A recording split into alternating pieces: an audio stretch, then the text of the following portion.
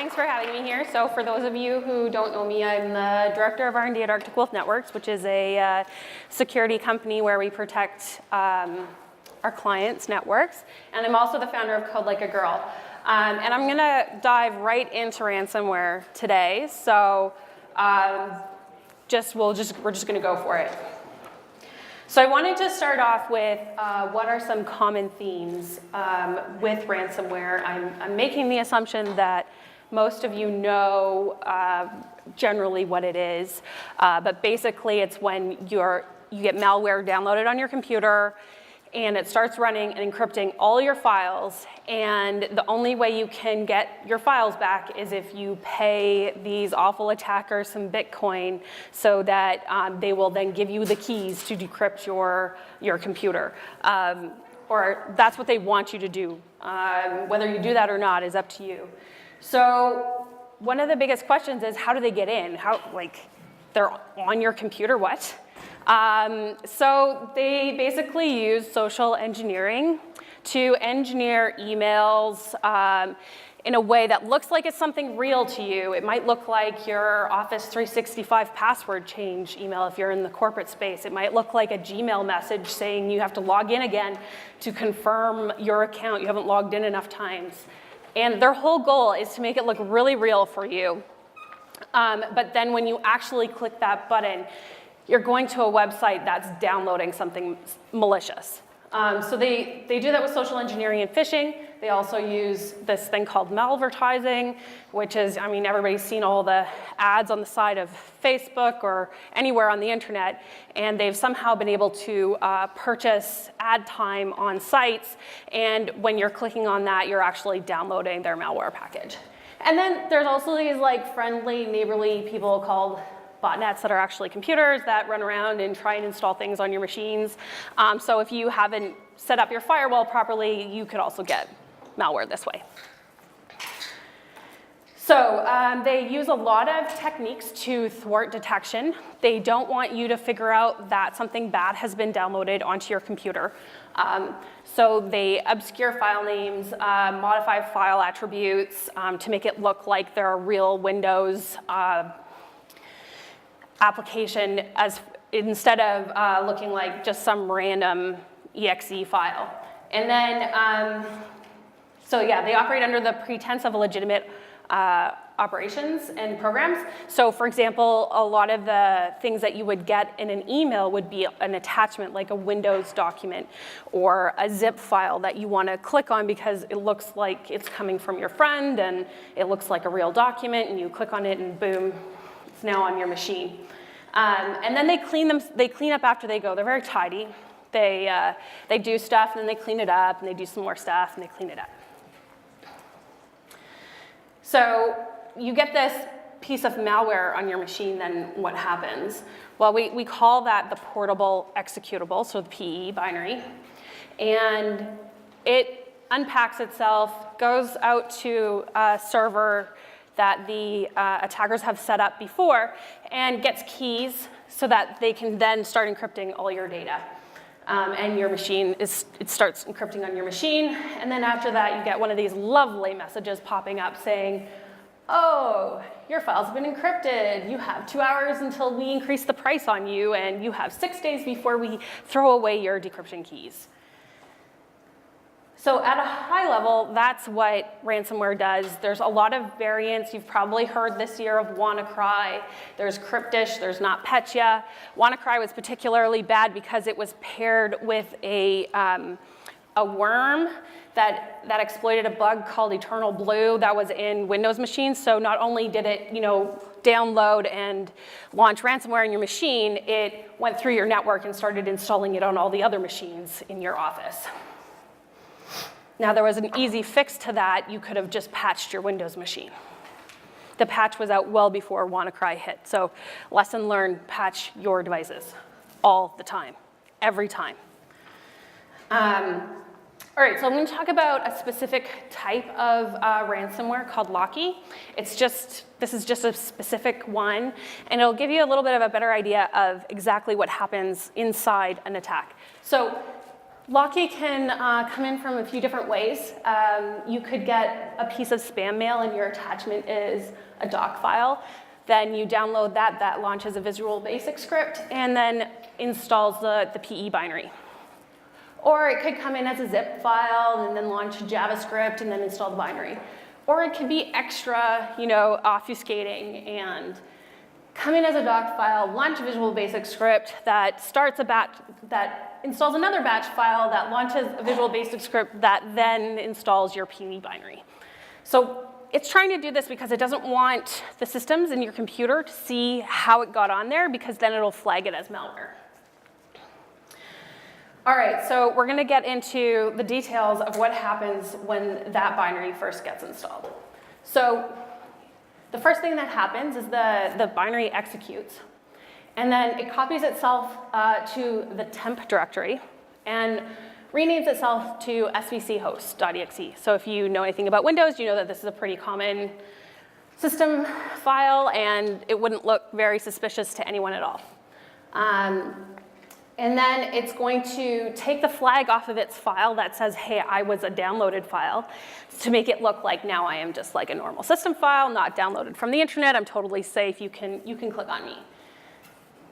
And then, it gets moved to the temp directory after that and called sys.temp, so that the original package it came down in just will go away next time the temp file is flushed.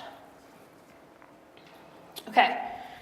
So now it's on your computer, and what it wants to do is it wants to start encrypting.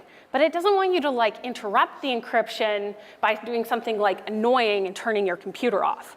So if you turn your computer off, what it has already done is gone into the startup registry and set itself to run on startup. So this is why when you get a ransomware attack on your computer, it makes no difference if you turn it off or not, because as soon as you turn it back on, encryption starts again. So turning your computer off makes no difference at all. The best thing you can do is make sure you take it off of every single network possible so it can't spread. You have to accept that that computer is hosed right now. And the only way you're really going to solve this problem is re-imaging it later. But you want to stop it from moving from your computer to the rest of the network. All right, so then it's going to go into this lovely directory on Windows machines called the shadow directory. And it's going to delete everything that's in the shadow directory because that's where all of your backups are. Because if you wanted to, maybe just restore from backup, then that's where you would go to restore it. But they're going to take that away, so you don't have that path either. So now it's on your computer, it's set itself up, it's ready to start encrypting, but it doesn't have the keys. So it doesn't have the keys come down with it because it doesn't know where it's going to get installed. So now what it has to do, it has to reach out to the internet to go get a set of keys, public and private. It'll leave the private keys on the server so that you can't ever decrypt it without getting them from them, and send down the public key for encryption. The way it does this is the first time it goes out, it's going to try and hit a predetermined hard-coded IP address. But typically, if this malware has been around for even a day, most IT systems will have that IP blocked by their antivirus protection, and your computer won't let it go out to that IP. So it has this fancy thing called a domain generation algorithm. And I really like this one. I got all geeked out about it when I heard it. And what it does is it just uses an algorithm to generate seemingly random IP addresses and tries to hit them and hit them and hit them and hit them and hit them. And what the attackers do is they have the same algorithm on their end, and every day they put up a website on one of those different IPs or those different URLs, and eventually you will hit one that's up.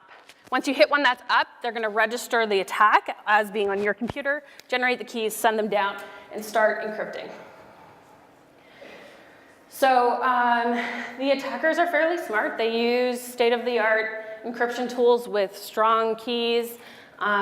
This one uses RSA 2048 and AES 128 and ECV mode. And then you're going to see all your files change from being .text, PowerPoint, whatever, to .locky. And now you know that it is owned by Locky. So later, I've got a demo, and it's of WannaCry. and you're going to see the files get changed to .WannaCry. So after that, they like to cover their tracks. So now that the encryption is done, they're going to go back into the registry. They're going to add a registry value that says completed, and they're going to remove the run at startup one. Now that it's all encrypted, they don't have to do that anymore. It doesn't matter, they've got it all done. And then they're going to take the original file that did all the encryption, they're going to move it to the temp directory, and they're going to delete it.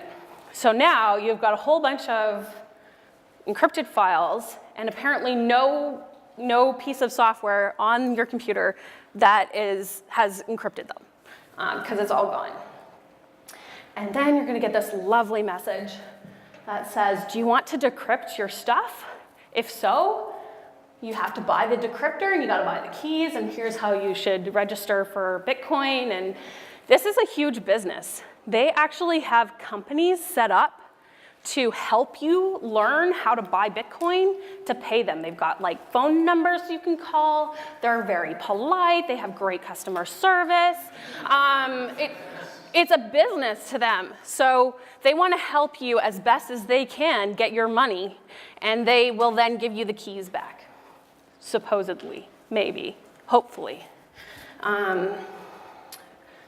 All right, so I'm going to show you a demo. Obviously, I can't just unpack WannaCry on my machine, because then we would be encrypting my machine, and that's not really a great thing to do. So I had one of our security engineers at Arctic Wolf go into the malware lab and unpack WannaCry for me, and he recorded it all. So I've spliced it together, and I'm going to try and time my explanations to what is happening, but I may have to pause it at some points, because it's hard to be right on the beat of it when it's been put together. Okay, so the first thing we do is we download this software called PE Studio. You can get it from winator.com, and you can drag and drop. What he's going to do is he's going to drag and drop the executable into here, and it's going to analyze this file for us and tell us a lot of information about what this file actually is. So from here, we can see in VirusTotal. VirusTotal is a place where you can go and look up all the virus engines and see if they've classified this file at all. And it looks like in this case, 62 out of the 67 engines has classified this as malware. You can see that the date is pretty recent here, which is just means that probably a new sample of the ransomware has been loaded up, because this is quite an old file. It's probably from May of this year. So you can see that all these other engines here have classified it as some kind of piece of malware. Now, for the malware to do everything it wanted to do, go and set up and run, change registry settings, copy itself, do all kinds of stuff, it had to import a whole bunch of different software. There's 114 pieces of import that are kind of flagged as bad, and this piece of software used 45 out of those 114 that are not good. So it's extra credentials to it being a crappy piece of software. It also encrypted itself before it was downloaded. The PKZip tells you that there. And then when, is he gonna click? Is he gonna click? Is he gonna click? Yeah, there we go. So here's the file structure. So if you were to look at it in the about, and it's going to tell you, oh, I'm disk part, which is really common Windows software. And it's going to pretend to be something real. And the file name is diskpart.exe. But in reality, the file name is some really long hash. And so that's another indication for us that this is not what it says it is. Okay. So the next step after this, we're going to go again, I think, up to the VirusTotal, and we can look at the indicators, and the score was 62 out of 68 there. So 62 virus engines told us that's what it was. All right, we're going to run it now. So we've created an encrypt me in a doc file, so we can watch them get encrypted when we launch this piece of malware. So he's going to double click that. We're going to run it. And there we go, it's unpacking itself. Oh, look, it's starting the encryption already up there. So we've got the .WannaCries, and eventually those original texts are going to go away. They're going to get deleted.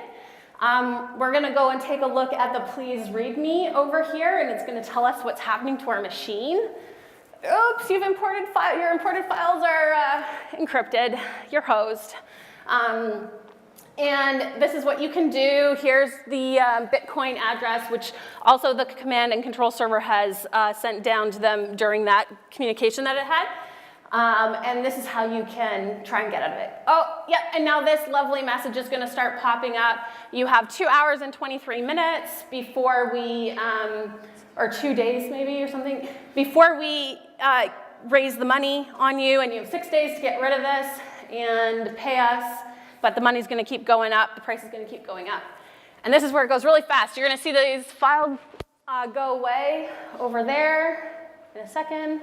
All right, so yeah, the backsplash has also been updated, and this wants to run something. You say, no, you can't run, but it's just gonna keep growing. It doesn't care what you say. It's not gonna listen. And then here, I'm gonna pause it. So this is the part where I knew I would maybe miss it. So if we go back just a little bit to right about here. Oh, back. Play. So, pause. Okay, now you can see that those, the Excel file and the doc file that were there originally are not there anymore. They've been deleted, and what you're left with is the .WannaCry. So, the next thing we're gonna do is move into our software, our in-house software, that shows us a little bit about what's happening on this client's network, which is our malware lab, but and how we can see some of what's happening here. So I'm gonna press play again.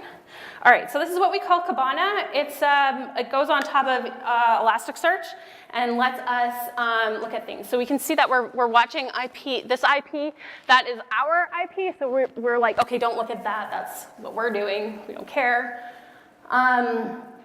All right, so now we can see which websites that my coworker went to before launching this. So he went to like Google, and he went to Google Talk, and like that. I think that's actually Hangouts. But wow, what's that? What's that funky website there? That's the command and control server. That's when we hit the command and control server. Also, we can see that on port 443, we had a lot of action, which that's kind of normal, but port 9001, there should be nothing happening there, nothing. And there's like 10 different things that happen there. And then this is a look at like the traffic as it comes. So we can see, I think it's gonna stop now, and then I can explain things better. Okay, look, we can see that we hit that website there. That was the command and control server. That's bad. And then I'm going to use my pointer now because this video's stopped. We can also see, look at, here's those 9001s. What the heck was it doing there? Like it looks like it was doing some kind of Tor uploads. What do you think they were doing?